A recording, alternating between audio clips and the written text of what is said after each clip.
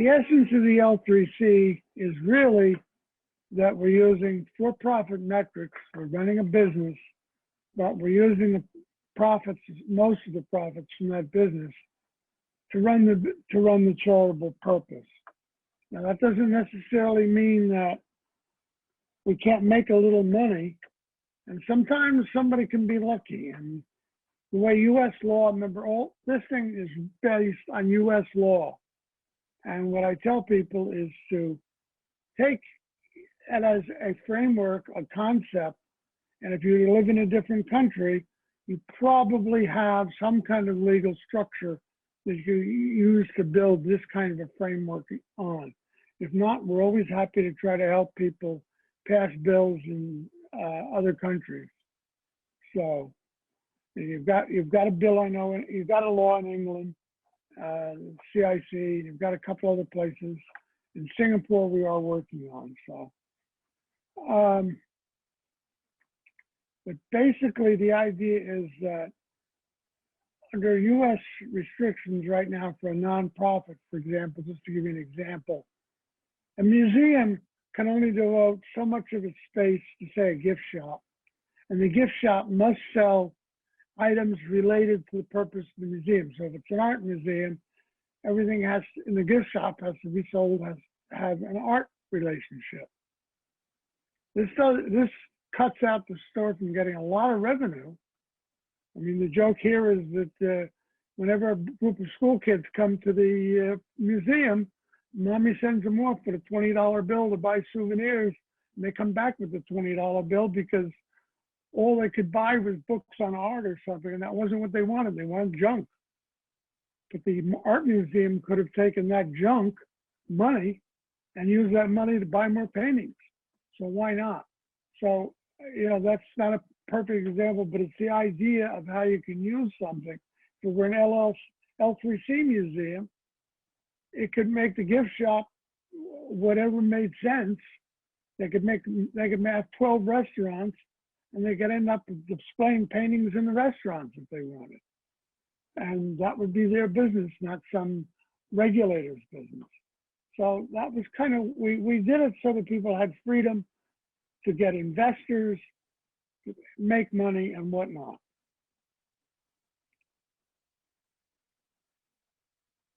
So then the thing is, how do we get the investors? And how do we get market-driven investors?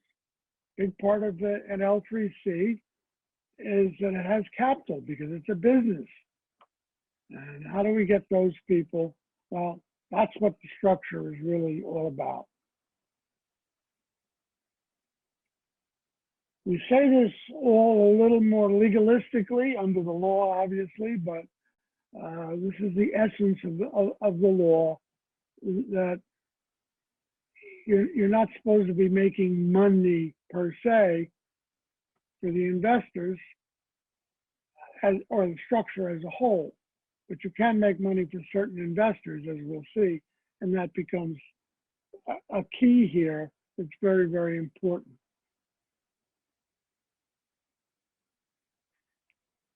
Anybody have any questions so far?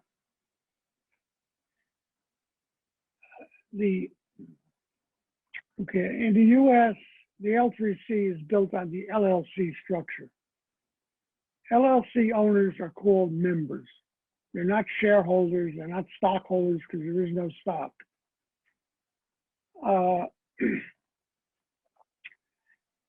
We can organize it as a single member. We can organize it as one tranche, which many of them are. But if you want a varied capital stack, it's very good to organize it as a tranche-related structure. And that just means that the people putting in money or investing or being part of it or whatever can have a whole different set of responsibilities and a whole different set of returns, and can put in a whole different types of investments. Very, very flexible. And that's the idea, to make it very, very flexible. And the way we organize all this is we write what's called an operating agreement. Operating agreement, I used to have an accountant who used to hold up a blank piece of paper and a pencil and say, Here's your operating agreement, now write it. And that's essentially what it is, a contract amongst the members to decide what they want to do. A little more complicated than that, but that's the essence of it.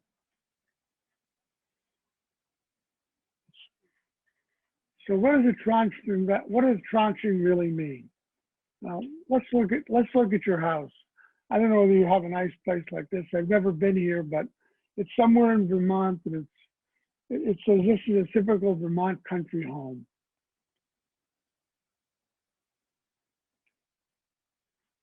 And that's the essence of the layered or tranche structure. In a layered or tranche structure, it's a risk-reward profile, and each level may get a higher reward or a lower reward, whatnot, depending on the risk. Now, in a normal for-profit with venture capitalists, what happens is the venture capitalists, if they take the first risk, want the most return. And then so forth down the line, the more secure the investor, the less return they demand. But we're trying to do this the opposite. So we're giving a higher return to the person at the senior, what we call the senior position. So here's a simple example. Now the key here is to see we have a blended rate of return of 4%. 4% would not be enough money to induce any venture capitalist to come and join your company, and it would not even bring in like pension funds or whatnot if they're just looking for secure investments, because they're not going to earn enough. By tranching that investment, we have people who are taking the most risk, but are getting very little return. And we'll see in a minute, maybe no return. Then we have other people who we call socially motivated investors, who may have to or may be willing to give up a small percentage of the return in exchange for doing something philanthropically beneficial. And at the bottom, we have our market-driven investors, and they're getting a decent market for the fact that they're taking minimal risk in the structure. We mentioned PRIs in the last one. This gives you an idea of what a PRI is.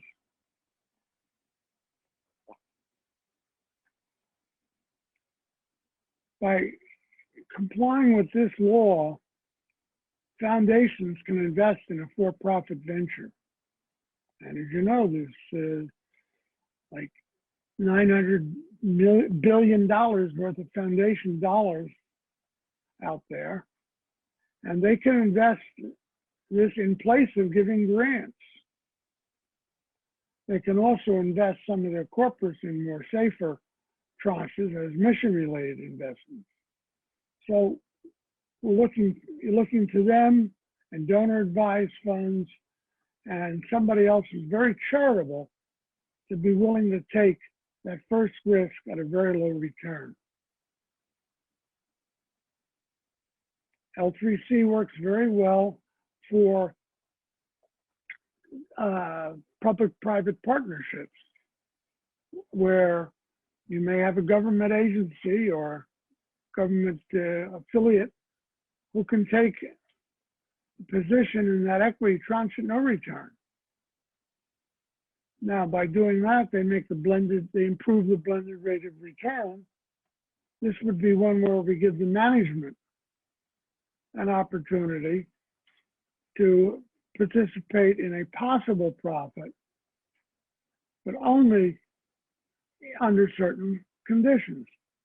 Now, why would you do this? Well, this is supposed to be a charitable organization. One of the problems with charitable organizations is we have no incentive for management unless you pay them an actual bonus, which is kind of frowned upon. there's no way for them to, and here's their counterparts in for-profit companies piling up money. So how do you get the best people to come and work for your nonprofit? Well, in many cases, you don't. You get people who are looking for security. And foundations, particularly, don't have a lot of innovative people. And that's what we're looking for, is innovation. So by putting a management incentive, at least we can give the management some kind of bonus if they do well. They don't get a lot, but it's something. And they don't pay for their ownership, so that's another benefit. Now, this is one of the other interesting keys to the L3C, is that what you put in and what you get out and what you do can all be different things. You can invest different ways. Now, for example, if we're going to start Habitat for Humanity tomorrow morning as an L3C,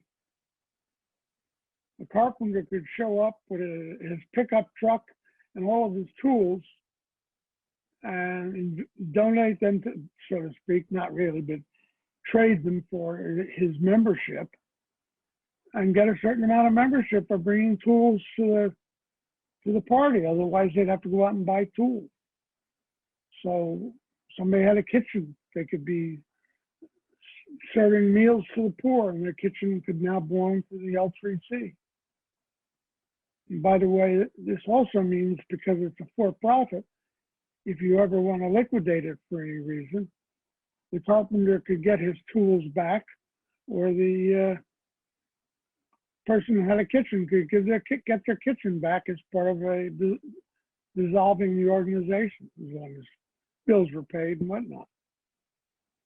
So, and again, you see here in this case, the foundation isn't getting a lot of ownership, because ownership doesn't mean anything to a foundation. They've already gotten credit for a grant, but what they're getting instead here is a very important thing. You can see they're getting the power to say, well, wait a minute, you're not doing what you're supposed to do anymore, therefore you have to buy me out. Well, that's particular incentive. It's kind of like having a policeman built in to keep on doing the right thing, and they'll probably ask for and get board seats as part of their investment. I like to emphasize this social impact investors, because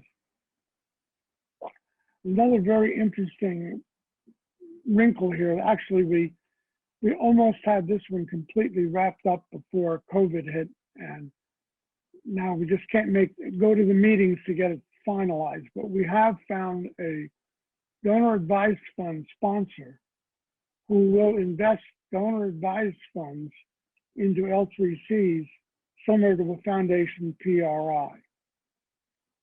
This means something very interesting. This means when we have this set up, and theoretically you could do it now, but most donor advised fund managers don't want the trouble. We have somebody that actually believes in it and will go to the trouble. But you'll be able to go talk, you go sit down and have breakfast with somebody who's rich and show them what your business plan is for your company and say, okay, how would you like to invest $100,000? And they say, look, I'd love to invest $100,000, but my investments I need to get a return on. However, I could use a tax donation. Can you give me a tax donation? Well, we're for profit. We can't do that. But we can send you over to our donor advised fund sponsor. They will take your money, and it only takes a day to do that. They'll take your money and they'll give you back your charitable deduction. So now you've got a charitable deduction. You've put the money with, it's called advised for a reason. You've selected where you want the money to go, and you're out of it. You don't have to worry anymore about your investment because you got something else instead. Now the donor advised fund sponsor is going to come and make the investment into the L3C, and they can make it in a high risk tranche because it doesn't matter. Normally, it's an incentive to the donor advised fund sponsor to get some return, because under the law, donor advised fund sponsors are allowed to take a small management fee, usually like 1% of the corpus of the donor advised fund, as a fee of management every year. Well, doesn't take much to see that if that 100,000 would be $1,000 in their pocket, even though essentially they're not doing much management, they're just being sure that the L3C is doing what it was told to do. So add this up, get a few thousand donor advised funds that are all out there, and suddenly they're making a lot of money off of fees. And so it's an incentive for them. Again, we are building this whole thing on the idea of incentivizing people by giving them some return, by it being a for-profit, and yet still the majority of the money, the majority of the revenue earned goes towards the actual social purpose. This kind of repeats a little bit what I've said, but I think you get a feel here for, again, the importance of the risk-reward relationship. And that's a very important key. These are kind of the three basic rules of what's going to happen if you're trying to create an L3C or an L3C type structure. The second paragraph, it's important to have a business plan. A lot of nonprofits kind of go into business with sort of a mission in mind, but no real, they're just going to go out and raise money, and depending on how much money they raise, that's how much good they're going to do. And then when they find they're not getting the revenues they were hoping they were going to get with donations, they can be in very desperate shape and come up short. The L3C, once you've raised your capital, if you have a good business plan, it'll earn what it says it's going to earn, we hope, and you won't have to go begging again. Now, what's the difference here? The difference is that it's often said in a nonprofit that the best executive director or CEO or whatnot of a nonprofit is somebody who has a great deal of skill at raising money. Somebody who can go out there and talk people out of a dollar becomes the most important person in the organization. So usually that's the CEO, the executive director. But that's not the person you really want running the organization, because the organization has a mission. You want somebody with expertise, knowledge, and ability in that mission. So how are we going to get the right person in there? Well, the L3C creates that situation. So once you've raised the money once, whoever's running it doesn't have to be an ongoing fundraiser. That isn't your job, and that isn't what's important. And the final thing is, go back to this operating agreement for a moment, because in the US with the L3C, the law is actually written requiring you to do a charitable purpose. However, in many countries where this concept may be used, there may be no law that requires you to take your business and do something charitable. And in the US, of course, you get in trouble with the state attorney general if you tried to raise money for an L3C and then didn't operate it as a charitable business, because you would be defrauding investors. But someplace else where that's not part of the law, the only recourse they would have would be to try to sue you. So what you want to do is build a very strong operating agreement, which makes it practically impossible for them to deviate from what the operators to deviate from what the way that they raise the money, for the purposes they raise the money. On the other hand, it obviously gives them the flexibility to run a business. So it's very important. There's also most operating agreements need some legal stuff. Everybody now and then may need to get out. How do you get out? Who do you make buy you out? What kind of terms? How you would appraise your value, that sort of thing. So all these things become important. What do you do if you want to get rid of somebody who is becoming a nuisance, an investor that you just don't want? You should be able to buy them out. This kind of thing is shown here. And that's sort of what the reason you have an operating agreement, let's put it that way. Now, do we have any other questions at this point? Because what I'd like to do at this point is the rest of the time, I would like to talk about some specific concepts, how you might actually operate something and how you might do it. So do any of you have one that you've set up, or one you know is being set up, and you'd like to talk about it? Nobody?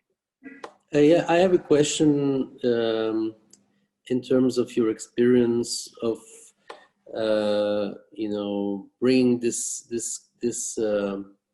L3C in different markets, and especially when I'm looking at emerging markets where, you know, you have a lot of foundation money that is pumped into it, and that would be kind of perfect to encourage actually also the entrepreneurship of such foundations and setting up such a L3C system in different countries. And I would like to know what has been your experience. You know, I know we've been talking about it, you know, over our calls, but, you know, maybe you can tell our viewers, because all right, let me give you an example of something. It actually hasn't happened yet, but we've had some extensive discussions with the Crow Indians. The Crow Indian tribe actually did pass in their own, because they essentially pass laws like the states do, governing things that happen on the reservation. So they passed the L3C law, and they said, okay, now that we've passed it, think of some things we can do with it. And, you know, the world is changing so much in the last few years that it's hard to nail it down and do it. But I think the concept of what we're going to do is probably perfect for an emerging market type of situation. We said that, all right, what you want to do is you want to encourage entrepreneurship on the Indian reservation. You want to develop wealth. You know, people talk about paying a living wage, but that is not the way you actually build wealth. People have to create value that becomes worth something, a business that they grow, and then the business can be sold for more than they actually invested themselves at the beginning or their investors put in. This is how you build actual wealth, have profit, things like that. That's wealth. So we said to them, all right, let's form an L3C. Back up a minute. If you happen to drive through the Crow Indian Reservation, which you can do on Interstate 90 in the US, you will go about 50 miles and you will see only one exit with a broken down gas station and restaurant, and just about nothing else. Now, if you drive our highways, normally about every 25 miles, there's something. There's a restaurant, there's a bunch of gas stations, there's hotels, there's tourist traps, whatever you want to call them, museums, they're all there. There's nothing on the Crow Indian Reservation. So, and 90 is a major east-west highway from Boston to Seattle. So how would you make money there? Well, they could form an L3C to build a hotel. Now, so they find some entrepreneurial-minded pros who become the management and eventually the ownership of this L3C.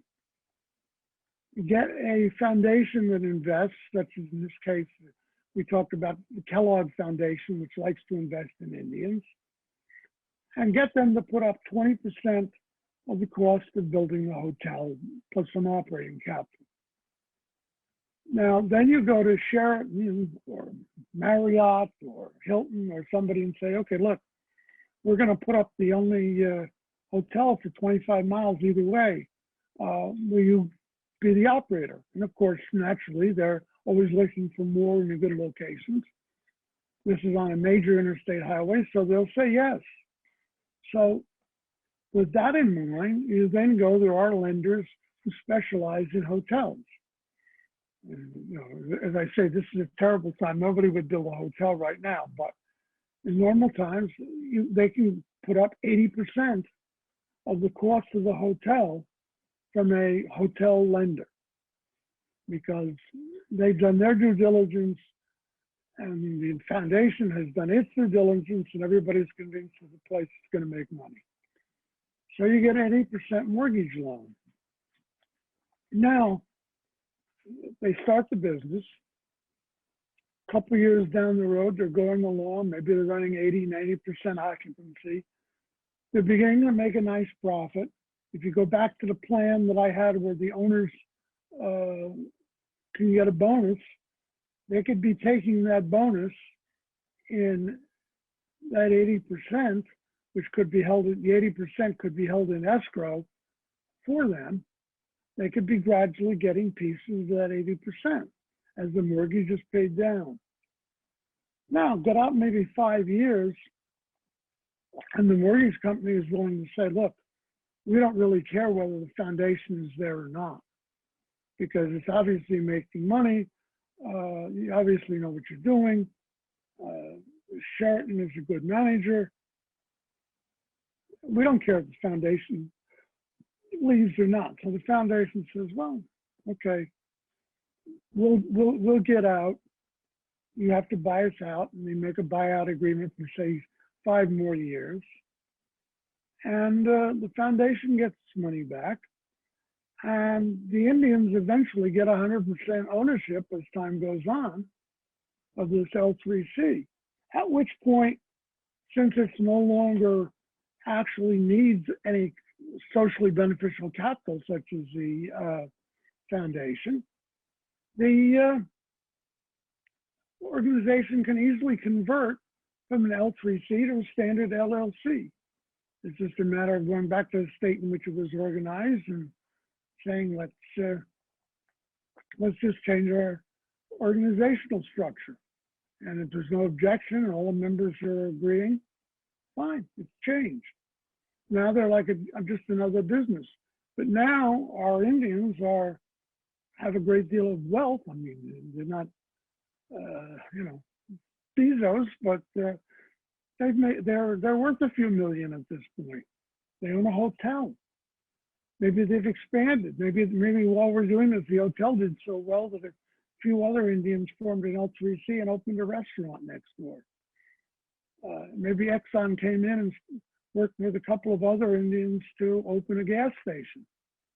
And first thing you know, you've built wealth, you've built a community.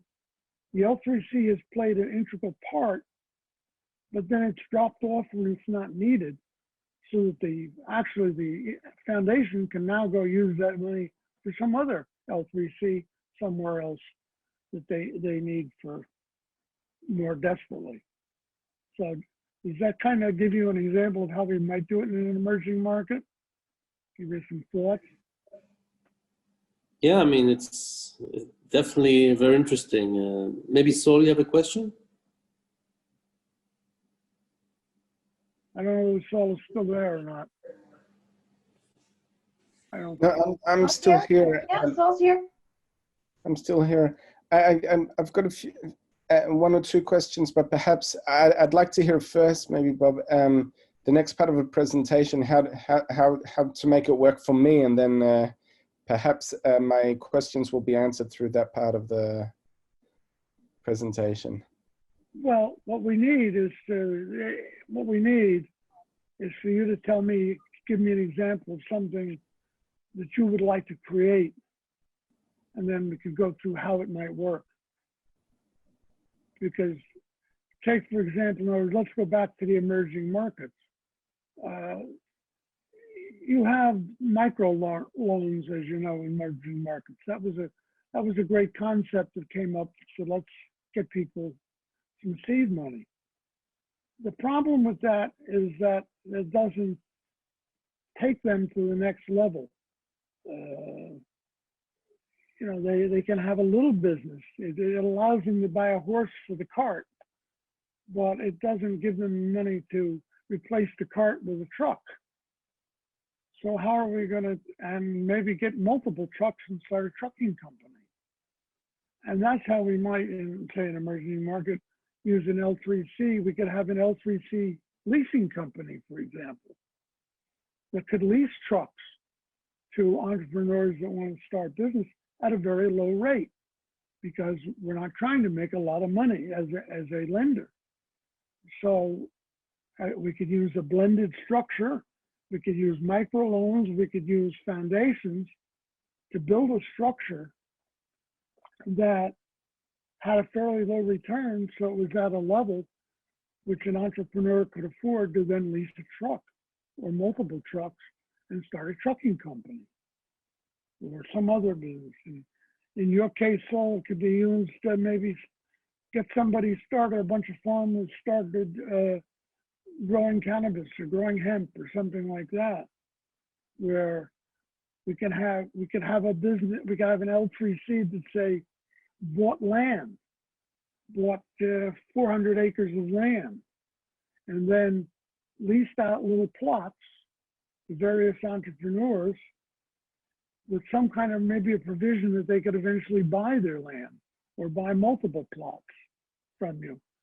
And again, at no point are you trying to make a lot of money. So when the land becomes worth more, you're not raising the price for the land. You're still selling them the land basically at whatever your essential costs were, which is your original cost of land and whatever it cost you to operate the operation, and a small profit, but not a big capital gain. We're cutting out the big capital gain where the little bit of land became worth a lot of money.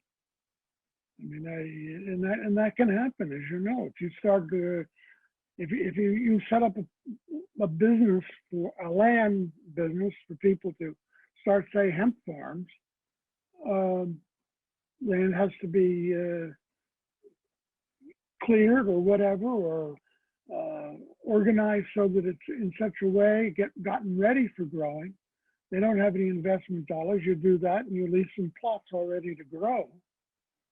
But at the end of the day, you just get it back with a small profit, what you put in it, not a big capital gain. But does that begin to make some sense as to how you might? No, definitely. Yeah.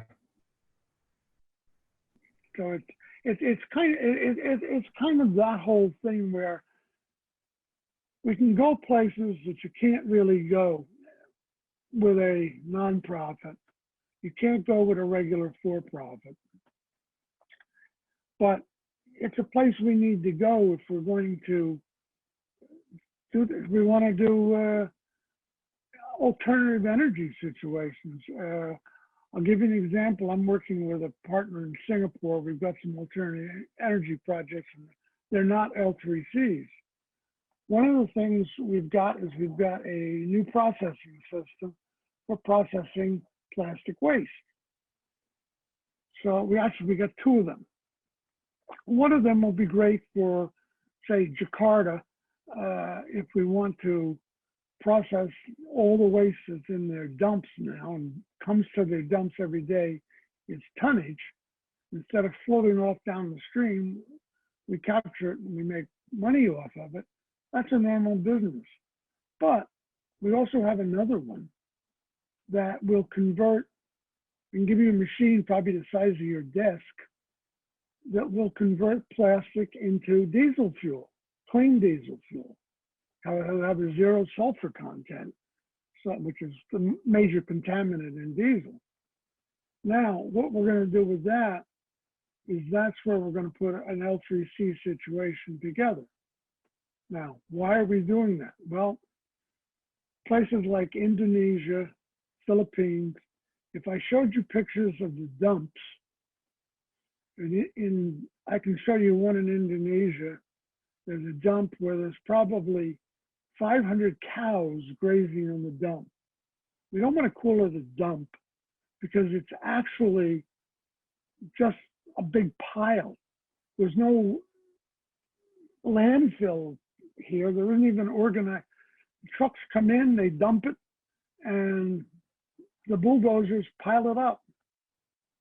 And then the cows come over and graze on it, and the entrepreneurs, the scavengers, come and try to see what's of value as they pick it apart. So some places in Indonesia that we're talking to about various alternative energy programs say to us, well, okay, this works, but we got to do something with those scavengers. This is their job. The people that own the cows, they're going to lose the grazing grounds for the cows. What are you going to do? Well, we can say, all right, we're going to form an L3C. We're going to give them process number 2 for plastic waste. And they can go out into the smaller towns and collect plastic waste and make their own diesel fuel and sell the diesel. They can do it in small scale, and we'll lease them the machines to start with. Small machine isn't that expensive. And as we go along, we sell them the catalyst. And of course, the key to the machine is there's a unit that has to be replaced called a catalyst. And that catalyst has a nice benefit for us so that we keep controls of it only makes so many gallons of diesel. So we don't have to collect royalties. We don't have to monitor them. When they buy a catalyst, they're already paying their royalties. We built that in for the process, and whatever lease payments and whatnot are built into the catalyst. You can't make more diesel without new catalyst. So we have a very low maintenance L3C, if you will, and yet we've given people jobs, essentially, which can become real businesses. Somebody could get a bigger machine and become more ambitious. Maybe they get multiple machines. Maybe they start finding new locations to put machines and collect more plastic. So those are the kind of things where we're trying to combine L3Cs with goals to form, business situations that also serve a social purpose. And you got to get those people a job. Otherwise, they want to sit there and pick up the dump, which is very unhealthy, by the way, but that's another story. We're looking at the same thing with electronics recycling. A lot of electronics are dumped in those dumps, if you will. If those are sorted out first, and we have a recycling business, then in that case, we won't be an L3C. It'll be a for-profit to start with. But what we would probably do once we started is we'll probably set up L3Cs collection agencies so that people in smaller areas, or even in, say, a place like Jakarta, can set up a storefront, and people will bring them their electronics. We can show them how to, clean off the memory and whatnot, so they're safe, and then they'll bring them to us to process. They'll get a percentage of the wealth from the processing. More they take in, the more money they get back from us. And so those will be L3Cs because we want them to build a business.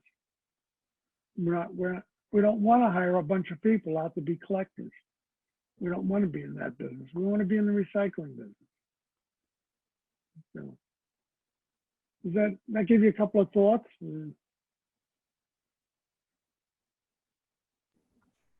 Yeah, definitely. Thank you. Anybody else still on the line, or? Yeah, I'm still here. Well, give me some thought. Yeah, Give me some thoughts. so my thoughts are What have people been asking? What have people beyond been asking you about?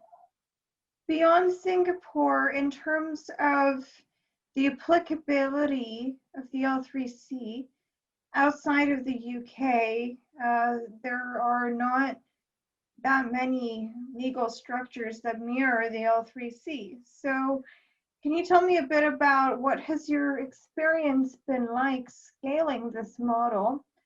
And do you have any interest now in applying this model anywhere outside of Singapore? Or even if you just want to share more about what's happening in Singapore and where you're at with it now, and how likely you think it is to be adopted in Singapore.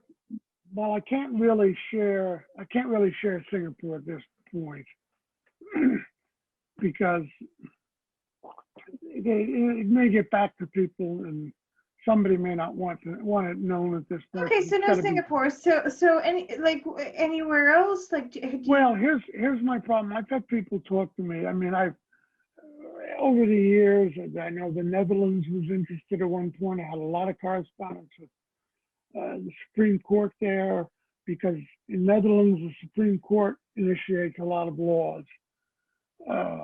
We presented in Sweden, and we had a lot of interest there. But to be very honest with you, we have one problem.